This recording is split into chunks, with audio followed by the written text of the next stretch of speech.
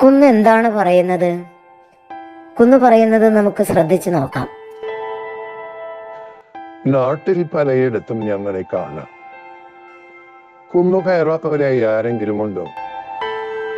മണ്ണിര മുതൽ കുഴുമരി വരെ എത്ര ജീവികൾക്കാണ് ഞങ്ങൾ വാസസ്ഥലം ഒരുക്കുന്നത്. കൂടാതെ വൈവിധ്യമാർന്ന സസ്യങ്ങൾക്കും ഞങ്ങൾ മഴവെള്ളം സംഭരിച്ചു വയ്ക്കുന്നു. പിന്നീട് കിണറുകളിലേക്കും അരുവികളിലേക്കും വയലുകളിലേക്കും ഞങ്ങൾ ആ വെള്ളം നൽകുന്നു. കാറ്റിനെ നിയന്ത്രിക്കാനും ചൂട് കുറയ്ക്കാനും ഞങ്ങൾക്ക് കഴിയും. കണ്ടില്ലേ, ഞങ്ങൾ ഇന്ന് വലിയ പ്രതിസന്ധിയിലാണ്. ഞങ്ങളുടെ പ്രാധാന്യം മനുഷ്യർ തിരിച്ചറിയുന്നുണ്ടോ? കുന്നിൻ്റെ ആത്മകഥം കേട്ടല്ലോ. കുന്നിൽ ഏതൊക്കെ ജീവികളാണ് വസിക്കുന്നത്? കുന്നുകൾ ഇല്ലാതാകുന്നതുകൊണ്ട് എന്തെല്ലാം ദോഷങ്ങളാണ് ഉണ്ടാവുക? കുന്നിൽ താമസിക്കുന്ന നിരവധി ജീവജാലങ്ങൾക്ക് ജീവൻ നഷ്ടമാകില്ലേ? കുന്നിടിച്ച മണ്ണ് ഉപയോഗിച്ച് വയൽ നികത്തുന്നത് നല്ലതാണോ? കുന്നിടിച്ച മണ്ണ് ഉപയോഗിച്ച് വയൽ നികത്തുന്നതിലൂടെ വയലിൽ താമസിക്കുന്ന ജീവികൾക്കും ജീവൻ നഷ്ടമാവില്ലേ? ഇതുപോലെ ആവാസ വ്യവസ്ഥയെ ദോഷകരമായി ബാധിക്കുന്ന മനുഷ്യൻ്റെ ഇടപെടലുകൾ എന്തെല്ലാമാണെന്ന് നമുക്ക് നോക്കാം.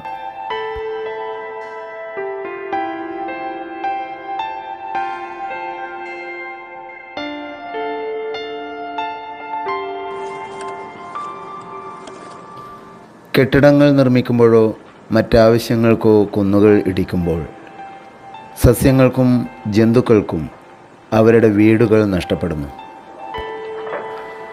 കുന്നിടിക്കുകയും മരങ്ങൾ മുറിച്ചു മാറ്റുകയും ചെയ്യുന്നത് പ്രകൃതിയുടെ സ്വാഭാവിക ഘടനയെ തകിടം മറിക്കുന്നു. കൂടാതെ മണ്ണൊലിപ്പുണ്ടാകുന്നു, കൃഷിയിടങ്ങൾ ഇല്ലാതാകുന്നു.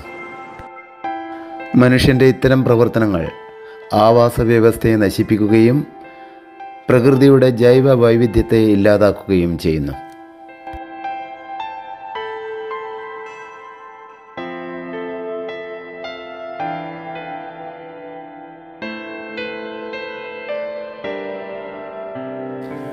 കീടനാശിനികളുടെ അമിതമായ ഉപയോഗം പരിസ്ഥിതിക്ക് ദോഷകരമാണ്. കീടനാശിനികൾ ഭക്ഷണം, വെള്ളം, വായു എന്നിവയിലൂടെ ജീവജാലങ്ങളുടെ ശരീരത്തിലെത്തുന്നു. അത് അവയുടെ ആരോഗ്യത്തെ ഗുരുതരമായി ബാധിക്കുന്നു.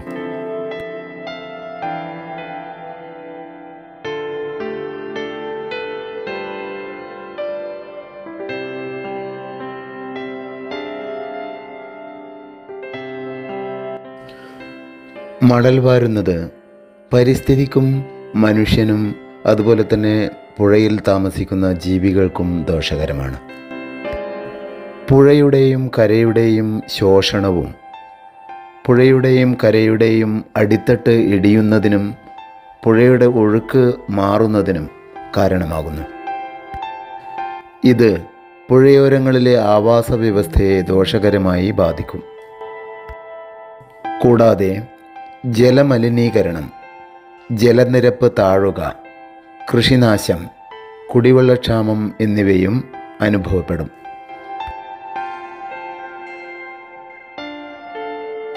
ജലമലിനീകരണം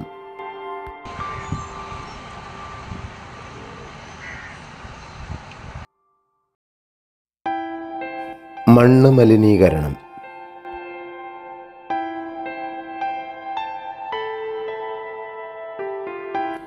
അണക്കെട്ടിൻ്റെ നിർമ്മാണം. ഗുണങ്ങളേറെയുണ്ടെങ്കിലും അണക്കെട്ടുകൾ പരിസ്ഥിതിയിലുണ്ടാക്കുന്ന ആഘാതം വളരെ വലുതാണ്. ആവാസ വ്യവസ്ഥയെ തകർക്കുന്ന മനുഷ്യൻ്റെ ഇടപെടലുകൾ കൊണ്ടുണ്ടാകുന്ന ദോഷങ്ങളെ നമുക്ക് ഇങ്ങനെ ക്രോഡീകരിക്കാം. കുന്നിടിക്കൽ, കീടനാശിനികളുടെ അമിത ഉപയോഗം, മണൽ വാരൽ, ജലമലിനീകരണം, മണ്ണ് മലിനീകരണം, അണക്കെട്ടിൻ്റെ നിർമ്മാണം. മണ്ണിര എന്തോ പറയുന്നുണ്ടല്ലോ, നമുക്ക് ശ്രദ്ധിക്കാം. കർഷക മിത്രം എന്നാണ് ഞങ്ങളെ വിളിക്കുന്നത്. ഇപ്പോൾ മലിനീകരണം കാരണം മണ്ണിൽ ജീവിക്കാൻ പറ്റാതെ വന്നിരിക്കുകയാണ്. മണ്ണിര പറയുന്നത് ശരിയല്ലേ? നോക്കൂ, നമ്മുടെ വീട്ടിലും പരിസരത്തും ഇതുപോലെ മാലിന്യങ്ങൾ കാണാറുണ്ടോ? മാലിന്യങ്ങൾ ചുറ്റുപാടിലേക്ക് വലിച്ചെറിയുന്നത് ആവാസങ്ങൾക്ക് ദോഷകരമല്ലേ? നമ്മൾ ഉപയോഗശേഷം വലിച്ചെറിയുന്ന പല വസ്തുക്കളും മാലിന്യമാണ്. വീടുകളിൽ നിന്നും കടകളിൽ നിന്നും ഫാക്ടറികളിൽ നിന്നുമെല്ലാം മാലിന്യം ഉണ്ടാകുന്നു. പ്ലാസ്റ്റിക്, കടലാസ്, ഭക്ഷണാവശിഷ്ടങ്ങൾ തുടങ്ങിയ പലതും മാലിന്യത്തിൽ ഉൾപ്പെടുന്നു. ഈ മാലിന്യങ്ങളെല്ലാം മണ്ണിനെ മലിനമാക്കില്ലേ? മണ്ണ് മലിനമാക്കുന്ന മറ്റ് പ്രവർത്തനങ്ങൾ എന്തെല്ലാമാണ്? നമുക്ക് നോക്കാം.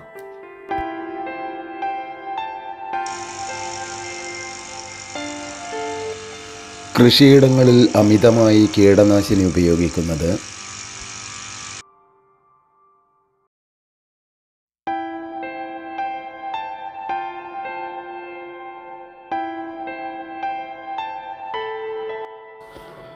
അമിത രാസവളപ്രയോഗം,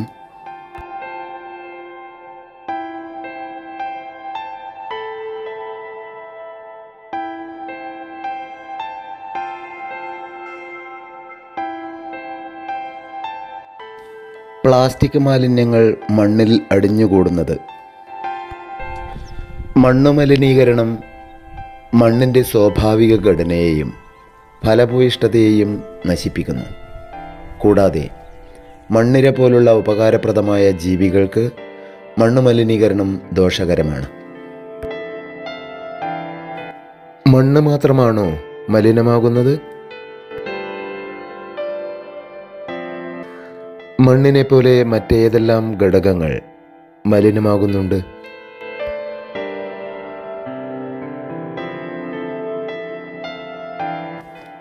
വായുവിൽ ദോഷകരമായ വാതകങ്ങളും പുകയും പൊടിപടലങ്ങളും കലരുന്നത് വായുമലിനീകരണത്തിന് കാരണമാകില്ലേ?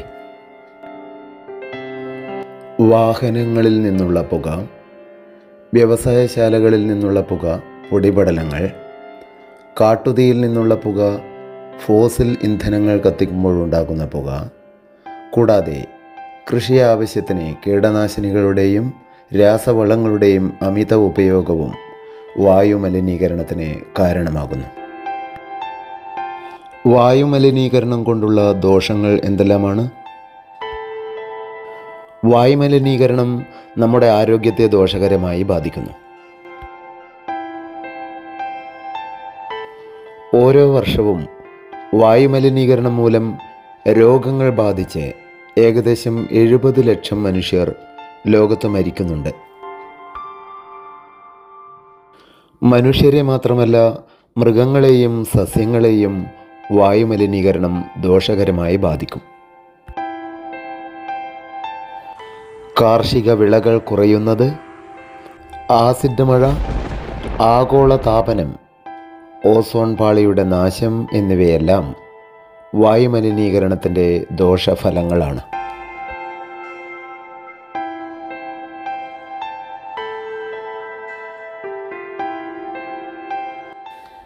ജലത്തിൽ മാലിന്യം കലരുന്നത് ജലമലിനീകരണത്തിന് കാരണമാകുന്നു.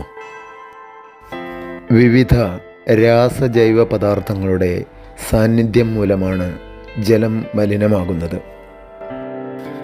വ്യവസായശാലകളിൽ നിന്നും വീടുകളിൽ നിന്നും വരുന്ന മാലിന്യം പുഴകളിലും കുളങ്ങളിലും ഒഴുക്കുന്നതും, പ്ലാസ്റ്റിക് മാലിന്യങ്ങൾ ജലാശയങ്ങളിൽ എത്തുന്നതും, കീടനാശിനികളും മറ്റ് രാസവസ്തുക്കളും ജലത്തിൽ കലരുന്നതും, പെട്രോളിയം പോലുള്ള എണ്ണകൾ ജലത്തിൽ കലരുന്നതുമെല്ലാമാണ് ജലമലിനീകരണത്തിനുള്ള പ്രധാന കാരണങ്ങൾ. മലിനജലം വിവിധ ആരോഗ്യ പ്രശ്നങ്ങളും രോഗങ്ങളും ഉണ്ടാക്കുന്നു. ജലത്തിൽ ഓക്സിജന്റെ അളവ് കുറയുന്നത് മലിനീകരണം മൂലമാണ്.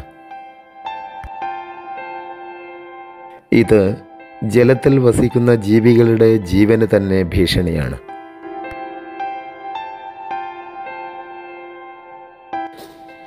കരയിലും കടലിലുമുള്ള എണ്ണമറ്റ ജീവികൾ, അവ പ്രകൃതിയോടിണങ്ങി ജീവിക്കുന്ന കാഴ്ച എത്ര മനോഹരം!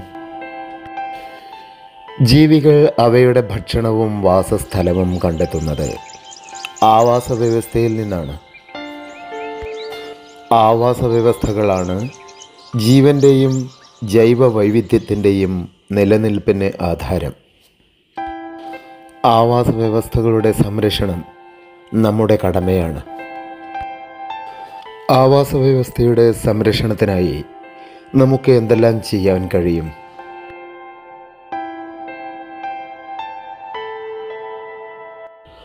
പൂന്തോട്ട നിർമ്മാണം, വൃക്ഷത്തൈ നടൽ, ശരിയായ രീതിയിലുള്ള മാലിന്യ നിർമ്മാർജ്ജനം, ശലഭോദ്യാനം നിർമ്മിക്കൽ, ജൈവ വൈവിധ്യോദ്യാനം നിർമ്മിക്കൽ,